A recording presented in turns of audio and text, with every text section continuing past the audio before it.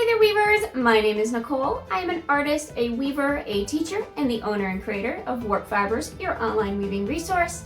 And today we're going to spend some time getting to know our floor loom.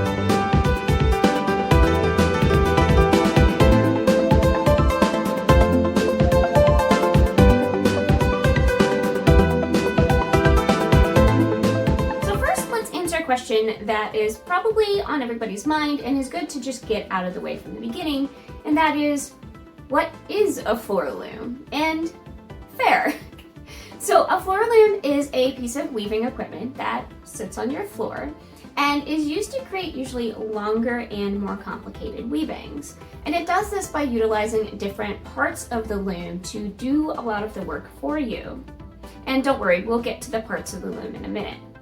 But I also want to talk about the fact that there are 3 different types of floor looms that you might come across, but we're only going to be focusing on one.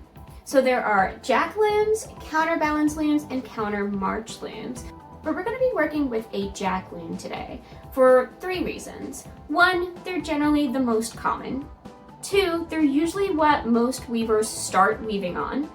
And 3, it's the kind of loom that I have.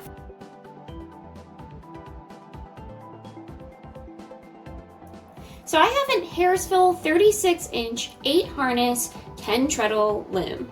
And so my loom might look a little bit different than some other looms that you might end up working on, but generally speaking, they all have pretty much the exact same parts, and they're usually in about the same area. So this should really work for pretty much every loom that you're gonna come across. Now, I'm not really sure the best place to start because there's so much going on, but I figure the front bottom is probably just as good as any. So we're gonna start with our treadles. So here at the bottom of the loom, we have our treadles. You can think of these like foot pedals for your loom. So basically you'll step on them and they will activate some other parts of the loom, and I'll sort of talk about that as we keep going, but you will just press it down with your foot and it will activate the lambs. So the lambs are these horizontal pieces right here. And you can attach your treadle to all of the lambs, to none of the lambs. It just kind of depends on the pattern that you are trying to weave. And you'll hear that a lot because how you set up your loom really is dependent on your pattern. But so we have treadles and then we have lambs. And we're going to move over here for just a second and talk about our break. So most floor looms will have a foot break. Now where it's located will depend on your loom a little bit, but is usually at the bottom, so you can activate it with your foot, either towards the back or the front. Sometimes it's on the left, sometimes it's on the right. It depends on the loom, but generally speaking, you would step on this break with your foot and it will let off the tension from the back of your loom, which will allow you to advance your warp. Moving up a little bit, we have our cloth beam.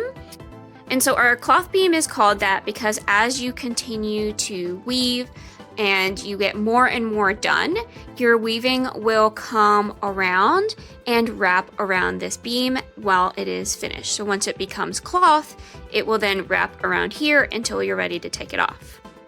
And so attached to the cloth beam is our apron strings.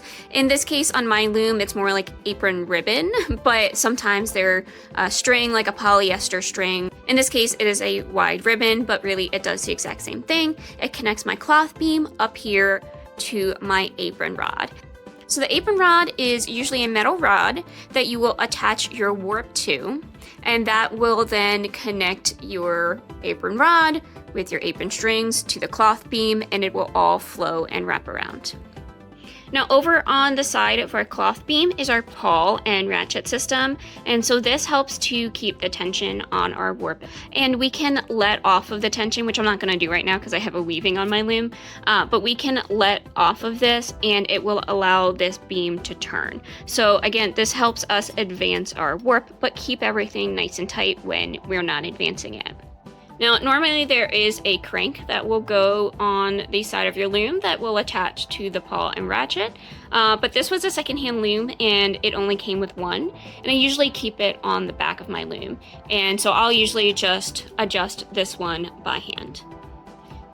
Now, if you're interested in what this little guy is, you can learn more about that in my modification video.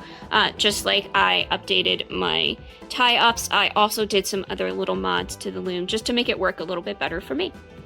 Now, moving up our loom a little bit, so you can see I do have a tapestry on the loom right now, which is not what we're talking about, so we're gonna move past that. But instead, we're gonna move over to our beater. And so our beater is this long piece at the front of our loom that we will pull, and usually use that to place our weft exactly where we want it to go once it goes through our warp. Now, inside the beater, you have the reed, which is a metal piece with slots in it called dents. And you have reeds that are different sizes. So usually with a floor loom, you will have multiple reeds. You do usually have to buy them separately, but they're going to allow you to weave with different EPIs. And usually when you have a reed, it will have the size stamped into the side of the reed. So in this case, my reed is 6 ends per inch. And if there was 10, then there would be a 10 there, 12, there'd be a 12, and so on.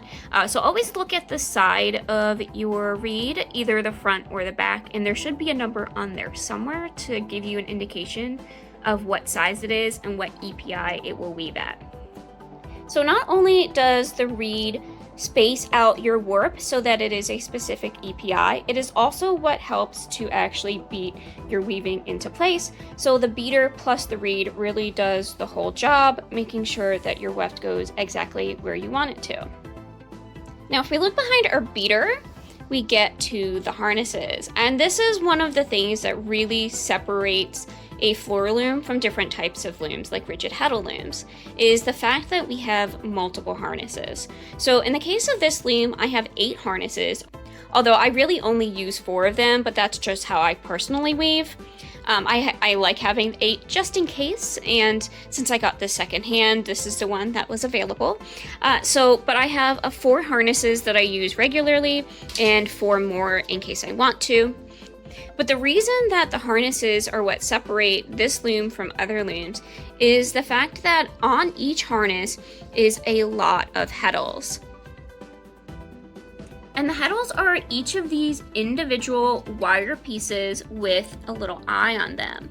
And each one is individually threaded with a warp. And the pattern in which you thread them will determine the pattern that you weave. So you can get really, really complicated with hundreds of different heddles on multiple harnesses.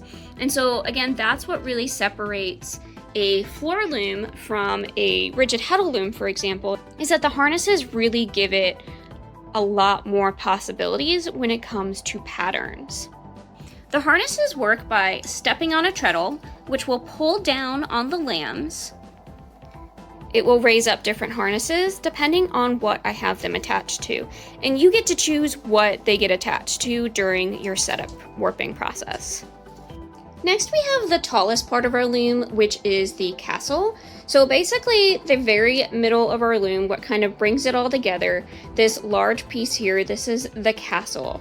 And there's a such thing as a high castle loom and a low castle loom. This specific loom, the Harrisville loom, is a high castle loom, which means that the castle comes above the harnesses. But low castle looms will have the top of the castle come below or at the harnesses, and the harnesses will then sort of pop up from there.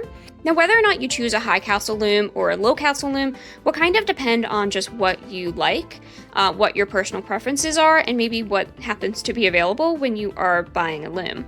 So I actually really like low castle looms. I don't have anything against high castle looms, and I do appreciate that it has a nice shelf on top, which doesn't usually happen with a low castle loom.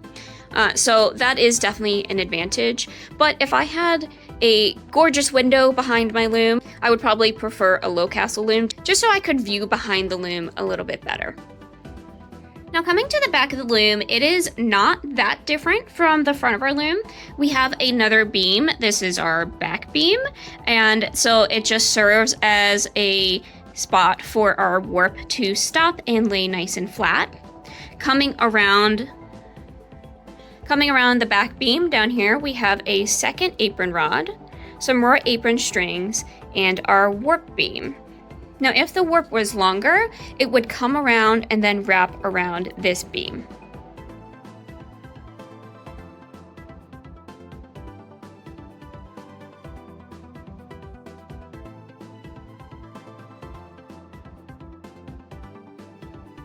Now, if you'd actually like to watch me weave, then make sure to check out my Patreon page. Starting at just $5 a month, I post exclusive monthly videos where you get to watch me weave.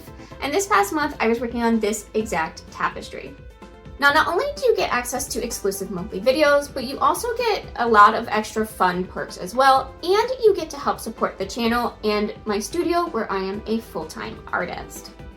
If you found this video helpful, please don't forget to like, comment, subscribe, and share. Doing all these fun YouTube things is a great way to support the channel for free and helps get this video out to more people who will find it helpful. Thank you so much for watching, and until next time, happy weaving!